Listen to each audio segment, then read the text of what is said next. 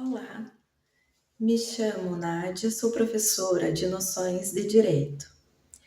Para os alunos e alunas dos cursos técnicos que irão estudar uma série de legislações, a legislação de segurança do trabalho, biossegurança, bioética, seja na área do direito ambiental, do direito do trabalho, do direito criminal, entre outras, é importante trazer o conceito, a introdução do direito constitucional. Então, para essa aula, eu trouxe os conceitos, as concepções a respeito da teoria da Constituição. Como primeiro conceito, dentro do tema da teoria da Constituição, nós temos o conceito sociológico. O conceito sociológico, ele foi cunhado por Ferdinand Lassalle, em 1861. O que diz esse conceito sociológico? Diz que a Constituição é uma soma de fatores reais de poder que vigoram em uma sociedade.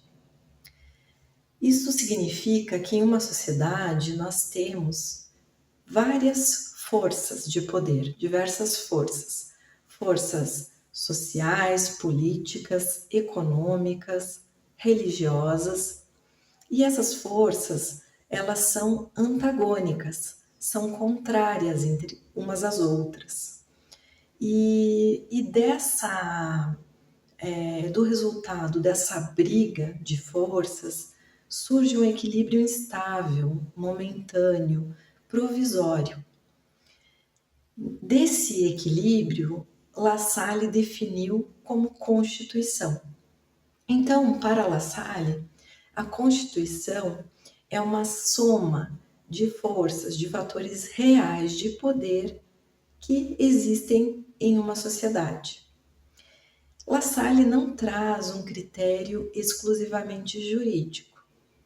A sociologia, ela é uma ciência que descreve a realidade dos fatos, né, que ocorrem em uma sociedade.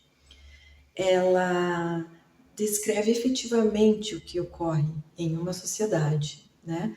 Já o direito ele prescreve, ele diz o que deve ser, o que deve acontecer, né? Então, por exemplo, para Lassalle, a Constituição escrita, ela não tinha muito valor, né? O que tinha valor para Lassalle eram os fatos, a realidade. Então, aí nos dias atuais, como exemplo, nós temos na nossa Constituição o artigo 5º, que diz que todos são iguais perante a lei, garantindo-se sem distinção de qualquer natureza, né, garantindo-se aos brasileiros e aos estrangeiros residentes no país o direito da inviolabilidade do direito à vida, à liberdade, à igualdade, à segurança, à propriedade. E isso a gente verifica na prática que não ocorre dessa forma, como está escrita na Constituição, como vem escrito, né? Na prática, nem todos os brasileiros e estrangeiros têm essa igualdade trazida na Constituição, né? Nem todos são iguais perante a lei. Um outro artigo que nós podemos trazer como exemplo é o artigo 7º, inciso 4º da Constituição, que diz que o salário mínimo nacional ele deve atender às necessidades básicas do trabalhador. Quais sejam as necessidades de saúde, educação, moradia, lazer, entre outras. Mas a gente sabe que na prática isso não ocorre, né? Nem todos conseguem cobrir todas essas necessidades, nem todos os trabalhadores, com um salário mínimo nacional. Então, para La Salle, a Constituição escrita não tinha muito valor, era considerado um pedaço de papel. Como segundo conceito da teoria da Constituição, segunda concepção, nós temos o conceito político. Esse conceito político ele foi trazido por Carl Schmitt em 1920, que diz que a Constituição ela é uma decisão política. O povo, a coletividade, traz decisões políticas básicas, fundantes, fundamentais. E essas decisões políticas básicas, fundantes, fundamentais, quem traz é a Constituição para Carl Schmitt, né?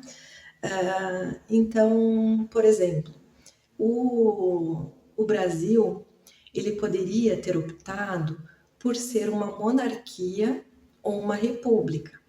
Ele escolheu ser uma república. Ele poderia ter optado por ser um regime presidencialista, parlamentarista, semipresidencialista. Ele escolheu ser um regime de governo presidencialista.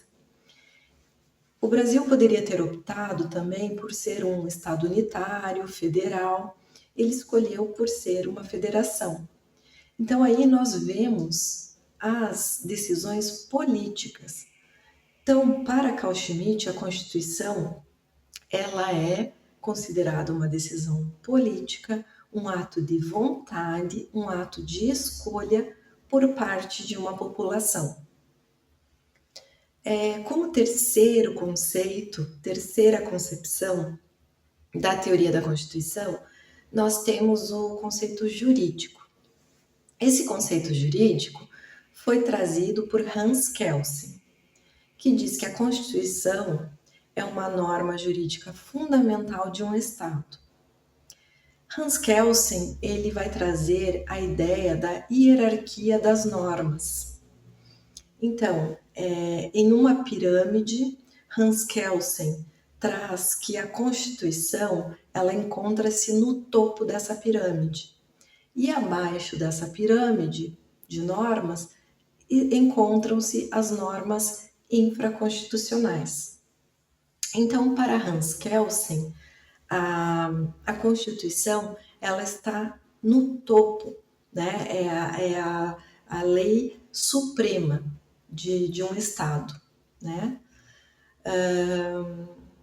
Como quarto conceito da teoria da Constituição, nós podemos trazer o conceito, a concepção pós-positivista de Konrad Hesse.